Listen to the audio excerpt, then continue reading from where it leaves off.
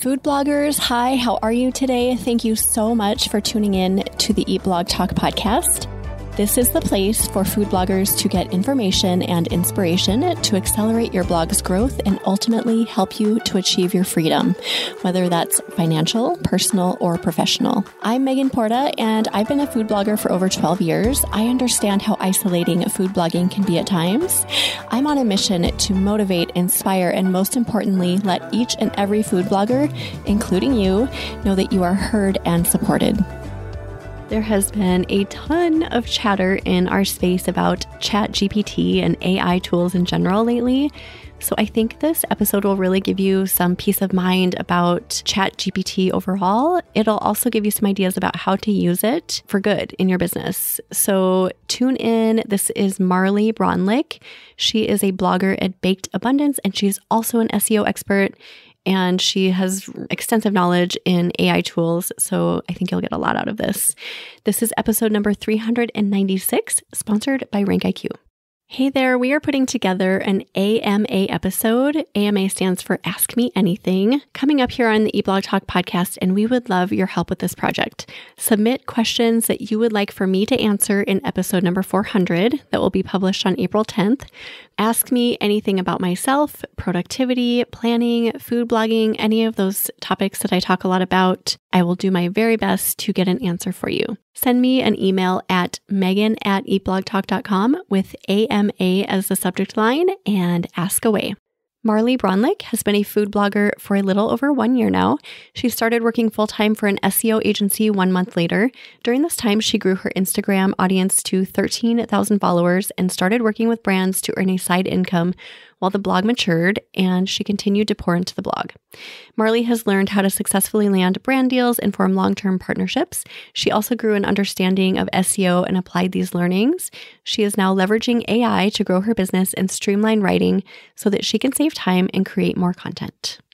Marley, thank you so much for joining me on the podcast. How are you doing today? I'm doing well. Thank you for having me, Megan. How are you? I'm good too. Thanks for asking. It's such a pleasure to have you here, and I can't wait to talk about AI. I think this is a very hot topic for a lot of us right now, so it'll be good to dive into it and hear your thoughts on it. I know you have rounded out a lot of thoughts about it. So first, though, we would love to hear what fun fact you have to share with us. Awesome. Well, thank you. My fun fact is that I was actually a really picky eater growing up, but since then I've learned how to cook and try new recipes from a lot of different food blogs, which has helped me learn to love new foods. So there's lots of things I eat now that I would never have voluntarily had before, like beans, artichokes, and like lots of other things. But I really enjoyed trying new things. So it's full circle. Food blogs got you liking new foods, and now you're a food blogger. Exactly. I know. It's so fun. I've been missing out on so many good foods. Oh, it is. Like, I grew up, my mom was like really good about just showing me a lot of different foods. Like you mentioned, artichokes. We used to have movie nights, snacks, and she would actually include foods like artichokes on the snack tray. So I grew up eating those kind of weird foods that people don't really know much about. So I feel like I'm the exception. My boys are like, oh my gosh, I'll never touch that green, whatever that is. But I love that. Okay, so you are here to talk about AI and how to leverage these AI tools that are coming out with higher frequency, it seems, as a food blogger. So let's first of all talk about your background, because I know you have a background in SEO. So tell us about that. Awesome. So I actually started working in SEO in 2021. I changed jobs and now I work for an SEO agency. So this actually was really helpful for blogging as well, because I had just started a food blog in 2021 and I had no idea what I was doing. So really learning about SEO and keyword research early on was a really big help with food blogging as well. And in my job, I mainly help clients with their on-page SEO and strategy to grow their traffic and a little bit of technical SEO as well. But it's just been a really fun experience in such an interesting industry. And I've really enjoyed just being in the SEO world. I can see how that would give you a massive advantage just coming into the food blogging or just blogging in general space, because a lot of us learn on the fly and don't even know what SEO is getting into food blogging, and then we have to learn it. So that's really cool that you came to the food blogging space with that background. Yeah. Yeah. Okay. So AI tools are getting more and more popular and getting really smart. So I would just love to get your overall general opinion of these tools. Awesome. Yeah. So mainly today, I want to talk about ChatGPT, but overall, AI is a really popular topic right now, and it can help businesses and bloggers create more unique content that can rank on Google. So that's kind of mainly our focus for today. I'll provide a little bit of an overview of AI and different AI tools. But yeah, I think AI is really awesome. I've used it personally, so I'll get into some of the ways that I've liked to use AI tools for food blogging.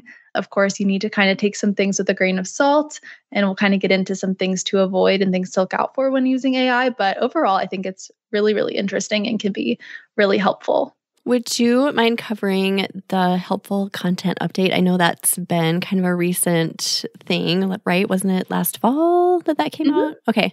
So can you just kind of give us an overview of that? Yeah, definitely. So the helpful content update, I believe, went out around August in 2022.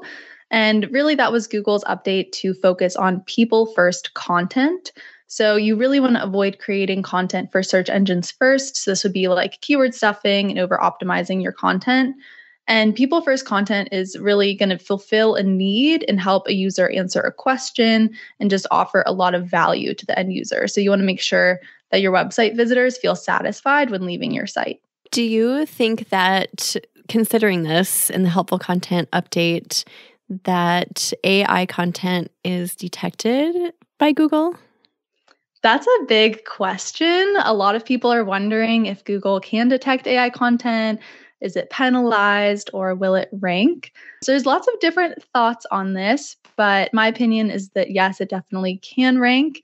It's a little bit difficult to tell which sites are using AI since most are not going to come out and say that on their website. But I definitely know some large sites and tech savvy sites are using it and seeing success with it.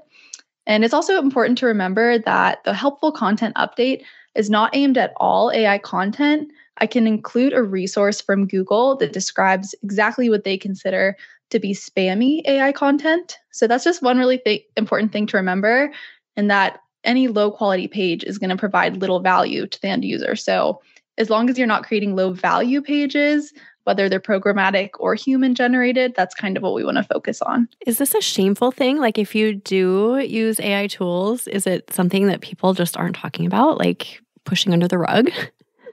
I wouldn't say that it's shameful. I think that when you're using AI tools, you need to be a little bit careful with how you're using them. And as long as you have a human review the content before publishing, I think that's important. So then that way you're making sure the content is accurate, it aligns with your audience, it adds value. So I think that's kind of where the problem comes in when people are not reviewing before publishing.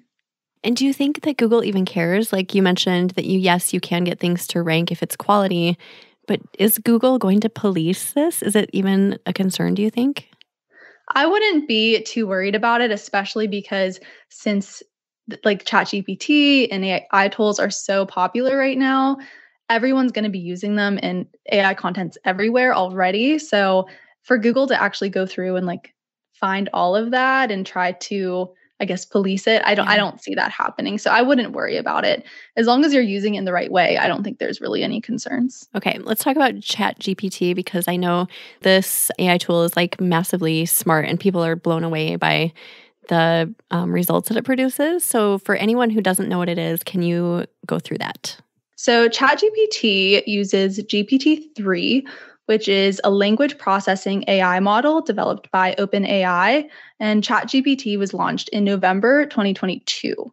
So that's kind of a little bit of the background, and you can basically just give the chatbot a prompt and it will return a result for you, and the quality and accuracy of that result is going to depend on your specific request. And I was blown away by the fact that you can also type in like, I want whatever, like fill in the blank written with this tone. And you can give it really specific details about what you want. And it does it. It's crazy. That's one of my favorite use cases of using ChatGPT, especially as a food blogger. I definitely struggle with like brand voice, and asking it to rewrite old content with like a witty tone or a humorous voice just adds like so much personality into the content. So that can be a really fun way to use it. Yeah, and it's free right now. Do you know if it's going to become a paid service? or tool? I'm not sure. I imagine it will at least continue to have some free capabilities. So if you are already using it and you're worried about that, I think there definitely will continue to be a free version. But I think there's other options as well if you can, I don't know, connect their API or something. Yeah. What ways do you think food bloggers should be using ChatGPT right now? So I have about 10 different uses for food bloggers that can kind of help you create content faster and easier. And so I'll just run through a couple of these and outline which ones are my personal favorites. So the first way is for FAQ answers. So for questions like how to freeze a layer cake or what can I substitute for butter in cupcakes, something like that. Typically, these answers are fairly short. So I think this would be a really great way to use ChatGPT. Okay, so FAQ, answer question Q&A, that's a huge one. What are some other uses? So another one would be for informational or non-recipe posts, like how to cut an onion or how to store produce so it lasts longer. I know you've mentioned you are focusing on creating more non-recipe posts lately. So since these are more informational and you don't need to have a lot of like personal instruction for how to make a certain recipe that you have maybe special techniques for, this could be a really great way to use something like ChatGPT. And when you produce results for something like that, how extensively do you recommend combing through it? Because I know like some of the information that comes up is just like not accurate. So you need to like really pay attention to that. But do you rewrite everything or do you just like change a few words or how do you do that? It definitely depends on your query. So if you're just typing in how to cut an onion, the result you're going to get is probably going to be pretty short. So sometimes there's some tricks you can do to get longer content. You can ask for a specific word count, maybe specifying that you need an article or a blog post on something. So that can definitely impact the length of the content that you'll get back from an AI tool. But I would definitely go through and read it, probably word for word is best. You definitely want to make sure all of the information coming back is accurate. And sometimes it can provide incorrect information. That's something you want to check. It definitely does. I've been experimenting with it a little bit lately, and I put something in the other day about how to make chicken or some sort of meat more moist. And something that it popped up, it was like just totally wrong. I'm like, what? So you do have to read it because you don't want to deliver that accidentally to your reader. That would be bad. What other uses do you have for ChatGPT? So this is another one of my favorites that I was actually really surprised at how well it was coming out. But for writing recipe card instructions, I don't know why, but I really dread writing these. I feel like it's just because since I know how to make it, it seems so simple and straightforward in my head, and to have to type out like, grab a mixing bowl, add these 3 things, whisk, like that's just so boring for me. So actually having ChatGPT write recipe card instructions, it's been pretty accurate so far in all of my tests. And you just insert all of your ingredients and ask it to write instructions for that recipe. And even like things like the bake temperature, I was like, that's the one that I recommend. Like, whoa, that's weird. I know it was pretty crazy, but definitely go through those as well and make sure that the temperature and just the method is correct. I haven't thought to do that, but I'm going to test that now. Just maybe even taking a few of my existing recipes to see what it comes up with. If it's similar, I'm curious. Eat Blog Talk is here to support you at every stage of your food blogging journey to help you accelerate your blog's growth so you can achieve your freedom. We offer many services that will help get you on the right path no matter where you're at in your journey. Don't forget to check out our free discussion forum at forum.eatblogtalk.com. Go there to connect with like-minded peers, to learn and to grow, and to share any wins that you have. Our signature service is our mastermind program. We are currently accepting waitlist submissions for 2024. So if you want to get on the list for this year-long experience starting in January 2024, definitely do that now. If you are not quite ready for that investment, the Mini Minds program might be for you. It is a 6-month program that will help you achieve your goals and overcome any obstacles that are holding you back. And if you're up for getting together in person with some like-minded food bloggers, consider coming to one of our in-person retreats in 2023. This is a great way to get to know your fellow food bloggers really well in an intimate setting, to learn a ton about food blogging in a short time frame, and to eat some delicious food that you will never forget. Go to eatblogtalk.com/services to get all the information about all of our services. Another good idea would be if you are stuck with any recipe ideas or recipe development and you've maybe exhausted some keyword research. I actually saw someone on TikTok ask ChatGPT to give them a unique cookie recipe, and then they made and followed that recipe, and they wanted to see if it would actually turn out good or not. So that's kind of a fun one that you could experiment with. Did it work, the one you're talking about? I think they liked them. I don't know if it would work every time, but it does seem like a fun way to get even like lists of recipe ideas if you wanted to go that route. And another good one would be like foods that pair well together or sides to serve with a certain dish if you're trying to create a lot of supporting content around maybe a dinner post and you need a lot of sides. You could come up with maybe a long list of options. Yeah, that's a good idea too. Do you know where this information is pulled from? They use a couple different places, mainly GPT-3, which is like their own language processing model, but I think it also pulls from a couple other places. Okay, so not existing blogs. No. Yeah, that's what I thought. Okay, what are some other uses for us? A couple other ones. We already mentioned my favorite one, which was using the voice and tones. You can ask it to rewrite old copy with a new brand voice and add some more personality in there. You also can just rewrite old content in general to give it a little bit of a refresh. And then let's see. Oh, I like this one too. For social media captions, actually, if you're kind of stuck on like an Instagram caption, you could easily ask it to give you some like fun puns or different ideas for maybe like a key lime pie post or something that you're posting to Instagram. Oh, I like that. Okay, I might try that too. And just another thought, do you see this helping copywriters or hurting copywriters, this tool? I don't see it hurting them because there's a lot of limitations and just the quality of the content and the length and just understanding someone's entire business model. A human copywriter and freelancer is going to have such a better handle over that than something like ChatGPT. Yeah. The last two, I believe, would be for meta descriptions, small blurbs, or any other like short descriptions, just so then that way you don't have to really worry about like reviewing lots of content back from the AI tool. You can just quickly see if like a couple sentences are accurate and you could use those. And then maybe for like a paragraph or two within your recipe blog post. So if you want to answer any generic questions about like baking best practices or grilling or just general like food tips, that could be another good instance. Okay, these are all great ideas. Is there anything more? What about emails, email copy? Oh yeah, I did have that one too. For your email newsletter, that would be great. Whether you want to have a blurb about like why someone should make your banana bread or just, any type of email copy that's kind of maybe like filler. I feel like if you're writing personal content, you'll write that yourself. And then if you need like a little bit of filler content, that could maybe save you some time. Okay, so these are all great. I think that this gives us plenty of ideas to start with and just experiment with it, right, Marley? Don't you think? Just go in and see, like maybe put in a topic for an email coming up and just see what it comes up with and then go from there. If it doesn't feel right, don't use it. If you can tweak it, great, right? Don't you think? Definitely. Yeah. It's kind of almost like a game. Like you put in different queries and see what you get and then tweak it a little bit and then see what you get. So it can be pretty fun to play around with. And if, in case anybody doesn't know, it's chat.openai.com, it looks like. Yes. Okay, Yeah. Perfect. And then what things should we avoid when we're using these generators? There's definitely a couple things you'll want to avoid if you're using any AI content generator.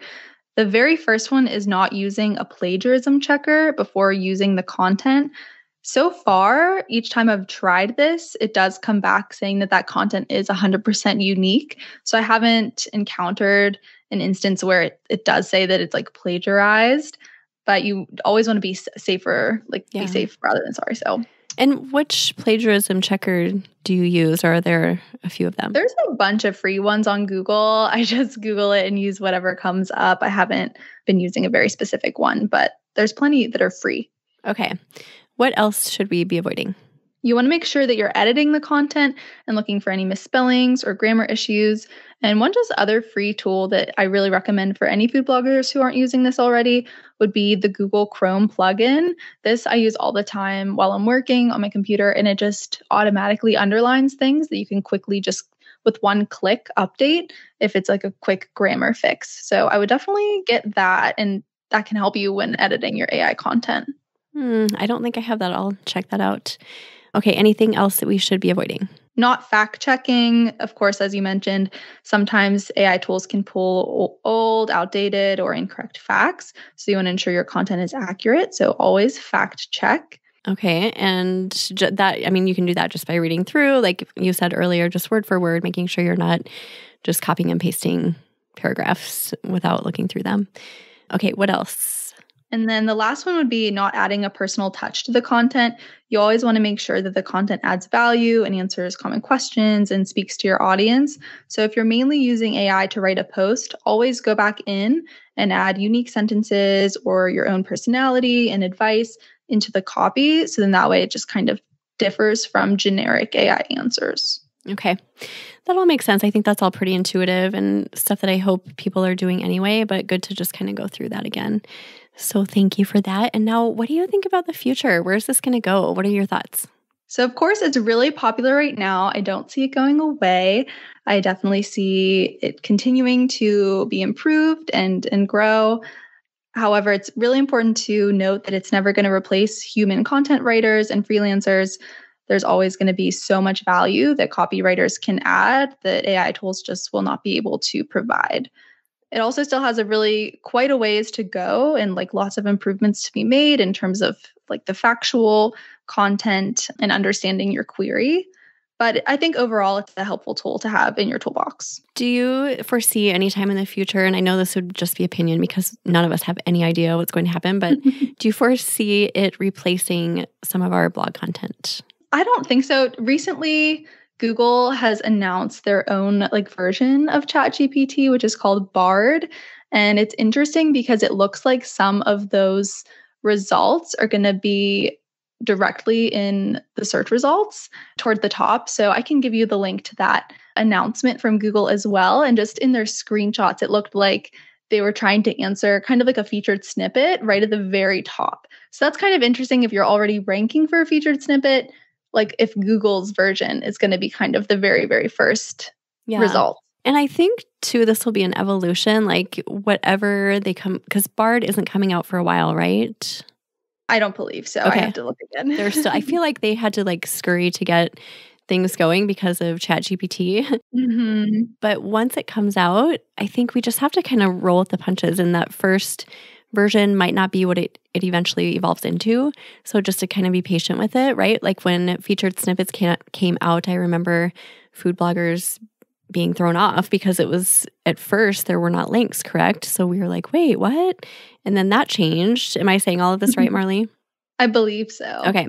So yeah, just to not freak out when Bard does come out. And if it's not exactly what we think it should look like, it may evolve, and to just take it as it comes, right? Exactly. And overall, with any AI tool, I think it's important just to remember that you don't want to solely rely on AI tools. And one interesting point from Google is that kind of relates back to why a human editor and writer is going to be so important, is that one point that they have for spammy AI content is text translated by an automated tool without human review or curation before publishing. So they're exactly spelling that out, that it's not all AI content, it's spammy AI content, so especially whenever a human has not reviewed any of it. So that's just something a good takeaway point from all of this. The human touch will be noted, I think, and Google is so smart, and our users are so smart too. So I think that if we just copy and paste the whatever's generated for us, that will be detected.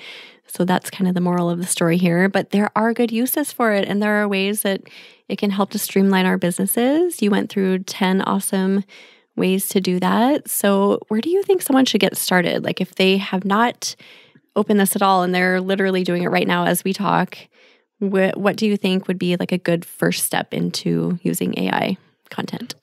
I would say just start with a very simple query, just so you can kind of understand the results you're going to get from that. So just asking it a very simple question, like how to do something, and then just kind of tweak that a little bit and say how to do something and get the answer with this kind of brand voice and tone. And then just start playing around with your query to see how that result changes, because you can ask it, the same thing 10 different ways, and you're going to get 10 different types of responses. So that's how I would start using it, just to kind of get a feel for it and then maybe start going into some of those reasons I listed earlier, like updating old copy or maybe the recipe card instructions. The one I'm going to try after we chat is updating old copy, maybe just taking like a really old post and changing the tone and adding more helpful information to the post and just see what happens. So I'm excited about that. Yeah, that's a really great one, especially because Google also does consider a little bit of like a freshness score. So going back and updating old content,